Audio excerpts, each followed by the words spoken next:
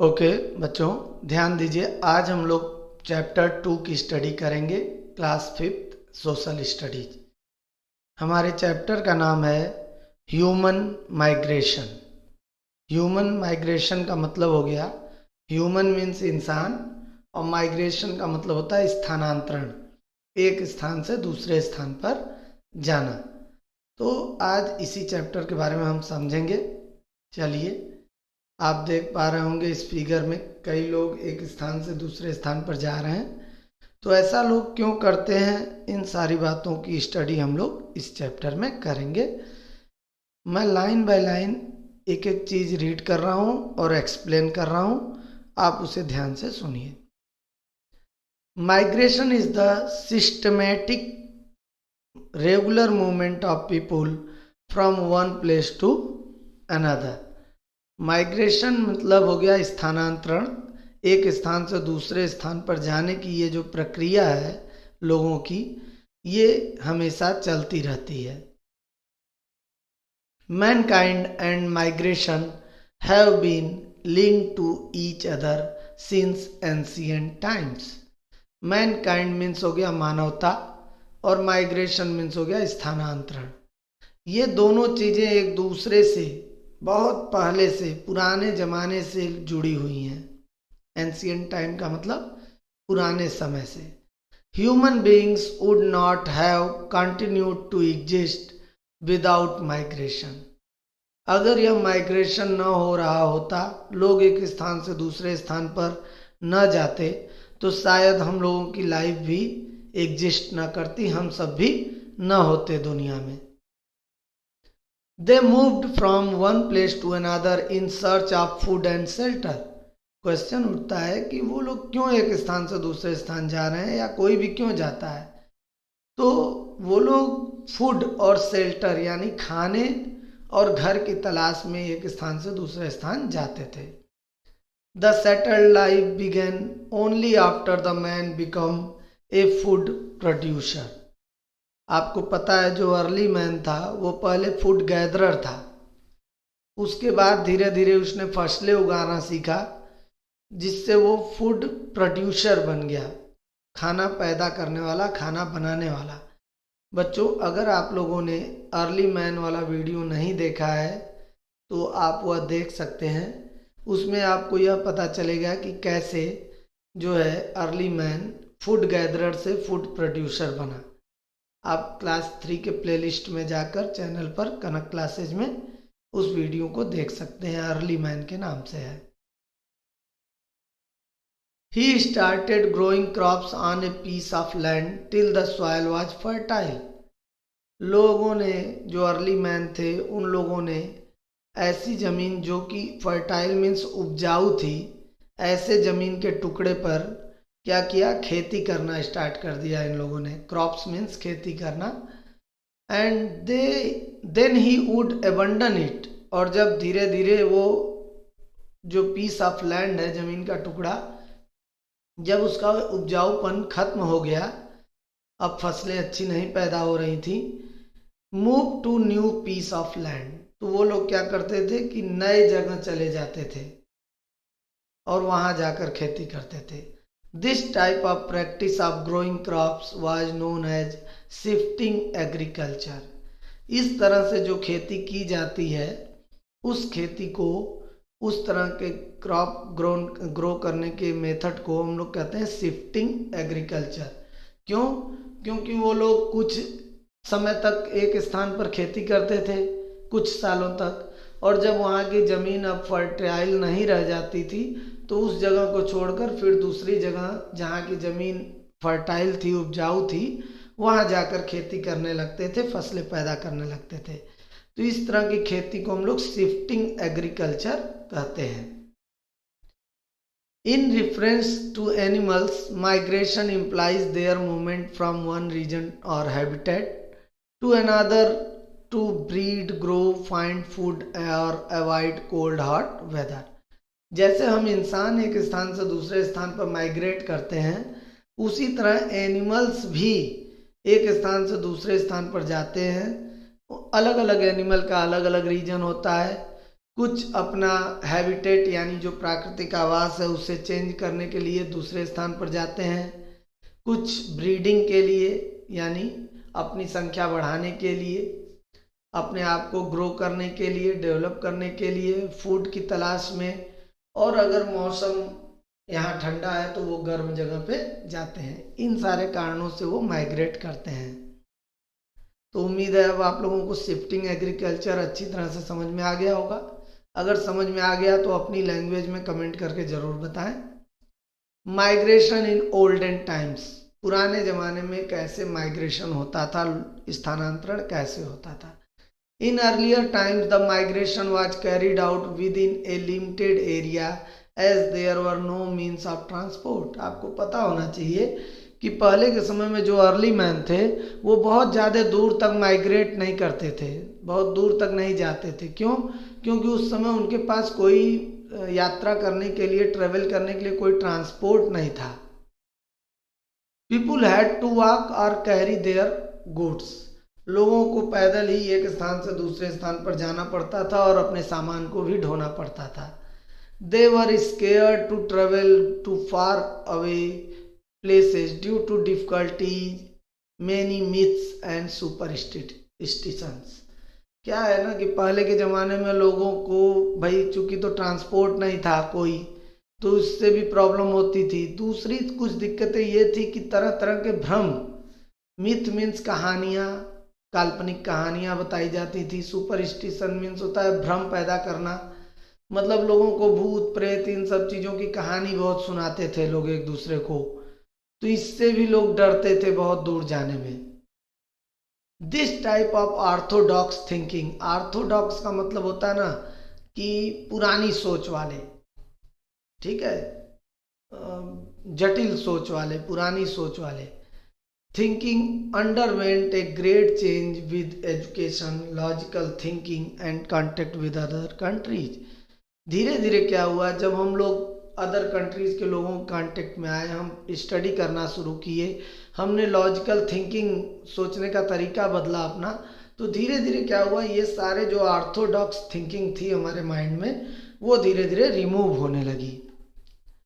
During the British period, आपको पता है कि अंग्रेज पहले हमारे देश पर राज करते थे, हम सब उनके गुलाम थे उस समय। Indians were encouraged to migrate, settle or work in the colonies under the British control। तो ब्रिटिश टाइम में क्या हुआ कि कई इंडियंस को एक मौका दिया गया कि भाई आपको विदेश में जाना है, वहाँ रहना है और वहाँ जो है कॉलोनी बनानी है और वहीं रहना पड़ेगा, काम करना पड़ेगा। Many Indians signed agreement to go abroad for a fixed time। बहुत से इंडियंस, भारतीय लोग, जो एग्रीमेंट था, शर्त थी अंग्रेजों की, उस शर्त को साइन कर दिया और विदेश चले गए फिक्स टाइम के लिए कि 2 साल 4 साल 5 साल के लिए आपको वहाँ रहकर काम करना पड़ेगा। They had the choice to come back और permanently settle in foreign lands. Foreign lands का मतलब विदेशों में। उनके पास ये ऑप्शन था, चाहते हो तो वापस भी लौट के आ सकते थे अपने देश, या फिर वहाँ पर वो बस भी सकते थे, अपना रहना शुरू कर सकते थे। The orthodox people believe that if you travel across a sea you will lose your caste, as according to mythology ocean is a resting place of gods and hence should not be disturbed। जो Orthodox type के लोग हैं, रूढ़िवादी लोग हैं, पुराने ज़माने की सोच रखने वाले हैं, उन लोगों का ऐसा मानना था कि जो सी है, समुद्र है, अगर आप उस समुद्र को यात्रा करके क्रॉस करते हो तो इसका मतलब आप अपनी पहचान खो दोगे, आप प्रॉब्लम में आ जाओगे। क्यों? क्योंकि उस समय एक मिथ था, एक काल्पनिक कथा कही जाती थी कि जो ओशन है उसमें गॉड, भगवान रेस्ट करते हैं, ठीक है, and hence should not be disturb, इसलिए हम लोगों को समुद्र में नहीं जाना चाहिए और उन्हें डिस्टर्ब नहीं करना चाहिए। पहले के ऑर्थोडॉक्स थिंकिंग वाले लोग इस तरह का भ्रम फैलाते थे, लेकिन जैसे जैसे एजुकेशन हमको मिलती गई हम लोग इस भ्रम से बाहर निकल गए। Types of migration. Migration mainly 2 types के होते हैं। Voluntary migration and forced migration.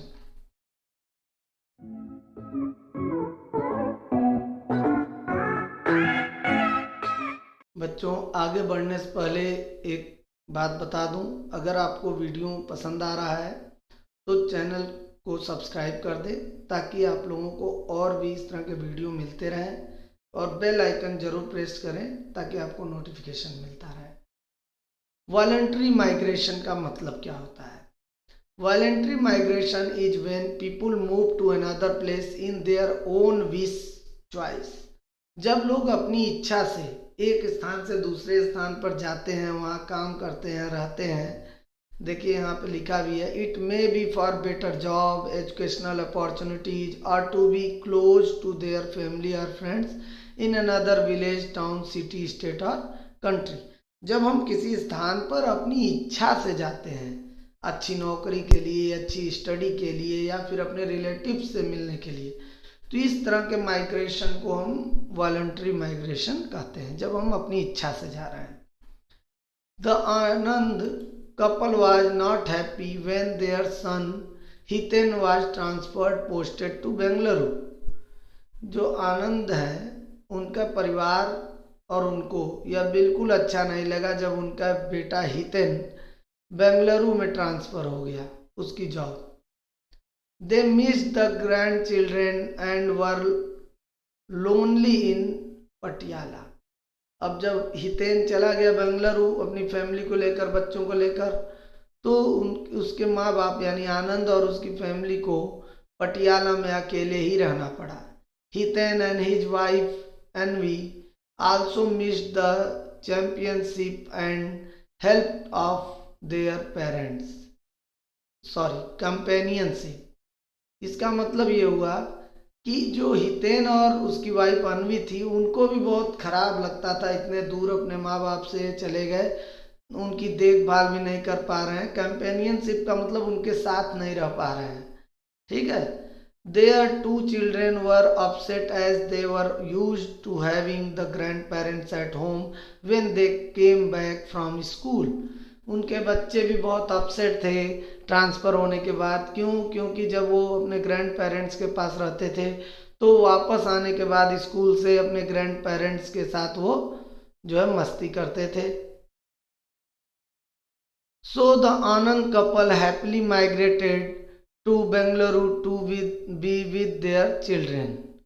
तो अब क्या हुआ, जब इतनी प्रॉब्लम होने लगी तो जो मिस्टर आनंद थे यानी हितेन के पापा और मम्मी, उन लोग भी अपने आप को सीधे बेंगलुरु लेके चले गए, वहाँ माइग्रेट हो गए अपने ग्रैंडसन के पास और अपने बेटे के पास, ताकि वो खुशी रहें।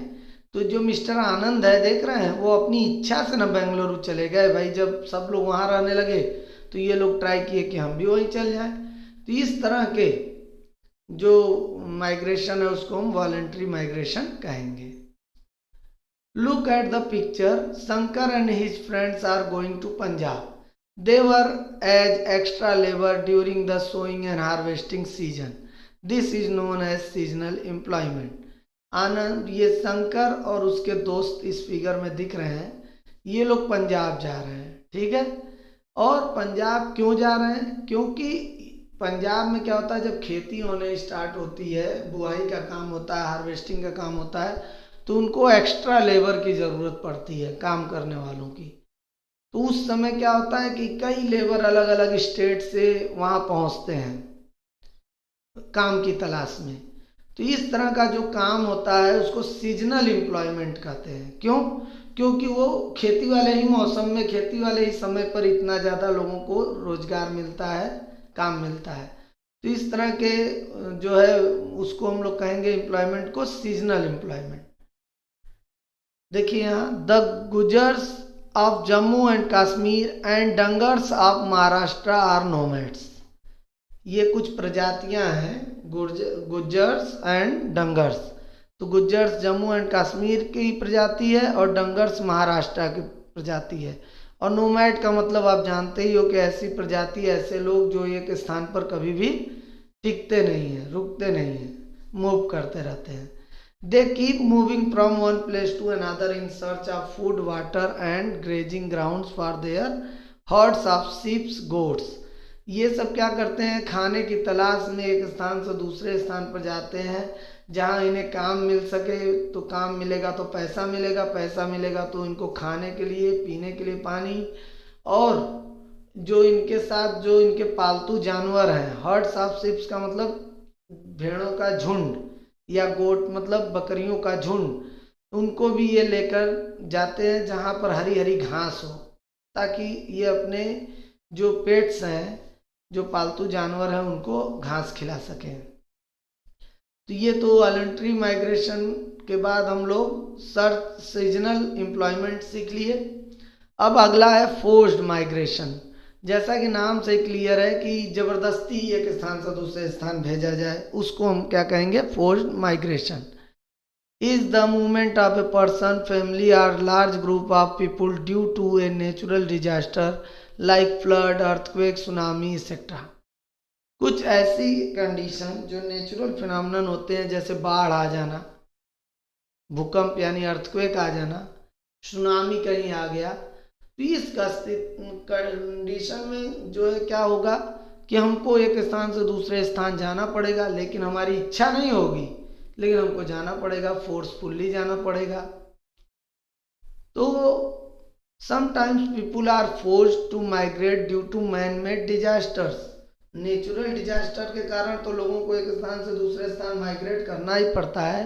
साथ ही साथ कभी कभी हम इंसानों की वजह से भी कई लोगों को अपना घर छोड़कर दूसरे जगह जाना पड़ता है। जैसे फायर, आग लग गई पूरी की पूरी बस्ती में, या सूखा पड़ गया, ड्रॉट, पीने के लिए पानी ही नहीं है, तो भाई वहाँ रह के क्या करेंगे लोग, तो वो लोग फिर वहाँ से चले जाते हैं।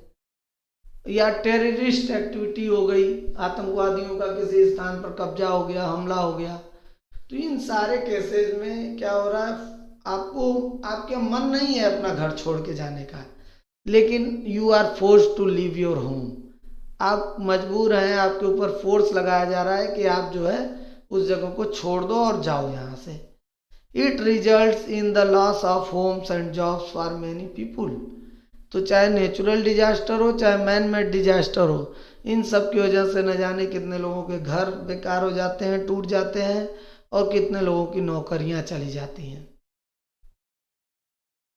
Some people are forced to migrate due to demolition of illegal colonies। क्या होता है कि मान लीजिए गांव से कई लोग शहर गए, मुंबई गए या किसी शहर में गए काम करने, और धीरे धीरे वहाँ खाली ज़मीन थी जिस पर उन लोगों ने झोपड़ी बनाकर रहना स्टार्ट कर दिया। अब जब झोपड़ी बनाकर धीरे धीरे 150 लोगों की झोपड़ी हो जाती है, लेकिन वो ज़मीन उनकी तो है नहीं, तो जो ज़मीन का मालिक होता है वो जब उन्हें हटाने की कोशिश करता है तो वो ज़मीन नहीं छोड़ते हैं मजदूर। तो उसके लिए क्या होता है, उसको उन सारे के सारे मकानों को गिरवाना पड़ता है। तो अब जब मकान गिर गए, घर गिर गए, तो ऐसी स्थिति में लोग कहाँ जाएंगे, तो they are forced to migrate. तो इस वजह से उनको एक स्थान से दूसरे स्थान पर जाना पड़ता है। Story of Shyam. Shyam a blacksmith of Chandushi in Uttar Pradesh earn money by making tools for the farmers. जो श्याम था एक लोहार था, ठीक है, और वह लोगों के लिए तरह तरह के टूल बनाता था लोहे के, और उससे जो पैसा मिलता था उससे उसके घर का खर्च चलता था। His village was hit by a drought. एकाएक उसके गांव में एक बार सूखा पड़ गया। The farmers lost their crops, there was no work for Shyam. किसानों की फसलें खराब हो गई, श्याम के पास अब करने के लिए कोई काम नहीं था। भाई जब फसलें ही नहीं हुई तो पैसा ही नहीं रहा किसी के पास, जब पैसा नहीं होगा तो कोई टूल्स क्यों बनवाएगा। He was forced to migrate to Lucknow to earn money to feed his family 5 members. अब जब उसको श्याम को कुछ खाने पीने की व्यवस्था नहीं हो पा रही थी अपनी फैमिली के लिए, तो उसको फोर्सफुल्ली लखनऊ जाना पड़ा, माइग्रेट होना पड़ा, लखनऊ शिफ्ट हुआ और वहाँ पर काम करके अपने फैमिली के लिए, अपने बच्चों के लिए खाना अरेंज करता था। He carries loads, works in dhabas और कंस्ट्रक्शन साइट्स। वह जो है भार उठाता था, बोझा, उसके बाद ढाबा में भी काम करता था, कंस्ट्रक्शन साइट जहाँ बिल्डिंगें बन रही थी वहाँ भी काम करता था। तो देख रहे हैं आप, उसकी इच्छा नहीं थी गांव छोड़कर आने की, उसकी इच्छा गांव छोड़ के आने की नहीं थी, लेकिन हालात ऐसे बन गए कि उसे घर छोड़कर आना पड़ा। इन सितंबर 2014 the Kashmir valley was flooded. आपको ध्यान होगा तो 2014 सितंबर में कश्मीर की वैली यानी घाटियों में बाढ़ आ गई थी। The floods were caused by heavy rain and overflowing of river Jhelum.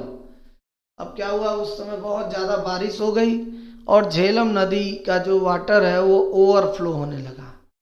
It was mainly a man made disaster. आपको जानकर हैरानी होगी, हम इंसानों की वजह से ही यह आपबीती आई थी, यह प्रॉब्लम आई थी। The mountains have become weak due to heavy construction. वहाँ पर बहुत ज़बरदस्त कंस्ट्रक्शन का काम चल रहा था, नई नई बिल्डिंगें बनाने का काम चल रहा था, जिसकी वजह से माउंटेन बहुत कमज़ोर हो गए थे। Thousands of people lost their homes, shops, business etcetera. बहुत से लोगों का सब कुछ खो गया, सब तहस नहस हो गया। The Indian military and local authorities help the victims. जो वहाँ के लोकल लोग थे और जो वहाँ की मिलिट्री थी वो सबकी हेल्प कर रहे थे। विक्टिम मीन्स जो पीड़ित थे, जो लोगों जो बाढ़ के शिकार हुए थे। Thousands of people took shelter in relief. बहुत से लोग जो है रिलीफ, जो शेल्टर बनाए जाते हैं मास्क में यानी मस्जिदों और गुरुद्वारों में, वहाँ जाकर उनको रहना पड़ा। कैंप लगाया जाता है ऐसे जगह पे। They were given food, medicine, clothes. और वहाँ पर लोगों को फूड, मेडिसिन और क्लॉथ्स दिया जाता था जिसको जैसी ज़रूरत होती थी। तो ये सब क्या है, फोर्स्ड माइग्रेशन के एग्जाम्पल है ना ये। Hardships faced by migrants. जो माइग्रेंट्स हैं जिनको फोर्सफुली एक स्थान से दूसरे स्थान पर आना पड़ा ज़बरदस्ती, जबकि वो अपने घर से नहीं आना चाहते थे, तो उन लोगों को क्या क्या प्रॉब्लम फेस करनी पड़ती है, चलिए वो भी देख लेते हैं। The migrants face many problems as they have to move away from their homes and families to other area. जब लोगों को अपना घर और परिवार छोड़कर या घर छोड़कर दूसरे शहरों में, दूसरे जगह पर जाना पड़ता है, तो उनको बहुत सी प्रॉब्लम फेस करनी पड़ती है। The labours move to cities for jobs and better wages. लोग जो लेबर थे उनको शहरों की तरफ जाना पड़ता है जॉब के लिए और अच्छी सैलरी के लिए। They have to live without basic amenities like shelter, sanitation and safe drinking water. आपको पता है लोगों को जो बेसिक रिक्वायरमेंट हमारी है, जैसे एक छत हो और उसके बाद वहाँ पर टॉयलेट वगैरह के लिए जो है सारी व्यवस्था हो और साफ पानी मिले पीने के लिए, लेकिन ये ऐसा कुछ भी उनको नहीं मिल पाता है और बहुत बुरी स्थिति में वो रहते हैं। The condition is worse when they migrate with their family. जो कंडीशन होती है उस स्थान की उसको बयां नहीं किया जा सकता, बहुत खराब, बहुत गंदा। The women have to hard work. औरतों को भी हार्ड वर्क करना पड़ता है। The children do not get education. बच्चों की पढ़ाई लिखाई रुक जाती है। Many migrants do not get any work and hence start begging. बहुत से लोगों को जॉब ही नहीं मिलती है, इस वजह से वो लोग भीख मांगने लगते हैं, क्योंकि भाई खाने के लिए कुछ तो चाहिए, काम तो मिल नहीं रहा है। वो काम करने को तैयार है लेकिन कोई काम नहीं दे रहा उनको, तो वो क्या करेंगे बेचारे, बेगिंग यानी भीख मांगने लगते हैं अपना पेट भरने के लिए। Joy of migration. अब देखिए ये तो निगेटिव पहलू था हम लोगों का कि अगर फोर्सफुली माइग्रेट होना पड़ता है तो बहुत सी प्रॉब्लम आती है, लेकिन अगर आप माइग्रेशन की बातों को ध्यान से स्टडी करें तो आप पाएंगे कि इसके कुछ फ़ायदे भी हैं और इससे हमको बहुत कुछ सीखने को भी मिलता है। Migration is like a chain. बिल्कुल माइग्रेशन एक चेन की तरह है। If the first person who migrates sends happily settled information to the loved ones, the other also migrate to the same country. जब कोई हमारे बीच में से एक कहीं विदेश में जाता है या बड़े शहर में जाता है और वहाँ काम ढूंढकर सेटल हो जाता है और इसकी जानकारी हमारे गांव को या हमारे परिवार को भेजता है, तो हमारे गांव वाले यानी जो दूसरे लोग हैं वो भी श्योर हो जाते हैं कि हाँ चलो अच्छी जगह वो गया है, कल को हम भी जब जाएंगे तो हमें भी वह काम दिला देगा। Migration brings happiness to many people. Migration के कारण कई लोग को बहुत खुशी भी मिलती है। They see new places, experience climate that suit them. वो लोग नए नए स्थानों को देखते हैं, उनका नया एक्सपीरियंस होता है और तो और उस क्लाइमेट में वो जाते हैं जो उनकी बॉडी को सूट कर रहा है, अच्छा लग रहा है। ठीक है, ऐसी जगह जा भाई, जब नई जगह आप जाएंगे तो आपको नई नई चीज़ें देखने को मिलती हैं ना, नया एक्सपीरियंस आपका होता है। Learn about new custom tradition, उस जगह का कुछ ट्रेडिशन होगा, अलग तरह की जो है विचारधाराएं होंगी, वहाँ का पहनावा अलग होगा, वहाँ का डांस म्यूजिक अलग होगा। तो ये सारी चीज़ें भी हमको देखने और सीखने को मिलती है माइग्रेशन के कारण। एक टॉपिक और रह गया, animal migration. Animals migrate with change in seasons. आपको पता है कि जो एनिमल्स होते हैं वो जैसे सीजन बदलता है तो वो एक स्थान से दूसरे स्थान की ओर माइग्रेट करते हैं, जाते हैं। They migrate to find warmer weather. तो वो गर्म प्लेस ढूंढने के लिए जो है माइग्रेट करते हैं। बेटर फूड सप्लाई और safe place to give birth to their youngs. उनको अच्छा खाना मिले इसकी तलाश में हो जाते हैं, या फिर वो अपने बच्चों को जन्म देने के लिए भी एक स्थान से दूसरे स्थान पर जो ज़्यादा सेफ हो उस स्थान पर जाते हैं। Animals do not follow A map और जीपीएस। एनिमल्स के पास कोई मैप या जीपीएस तो होता नहीं है, लेकिन इसके बाद भी वो एक स्थान से दूसरे स्थान बड़ी आसानी से चले जाते हैं।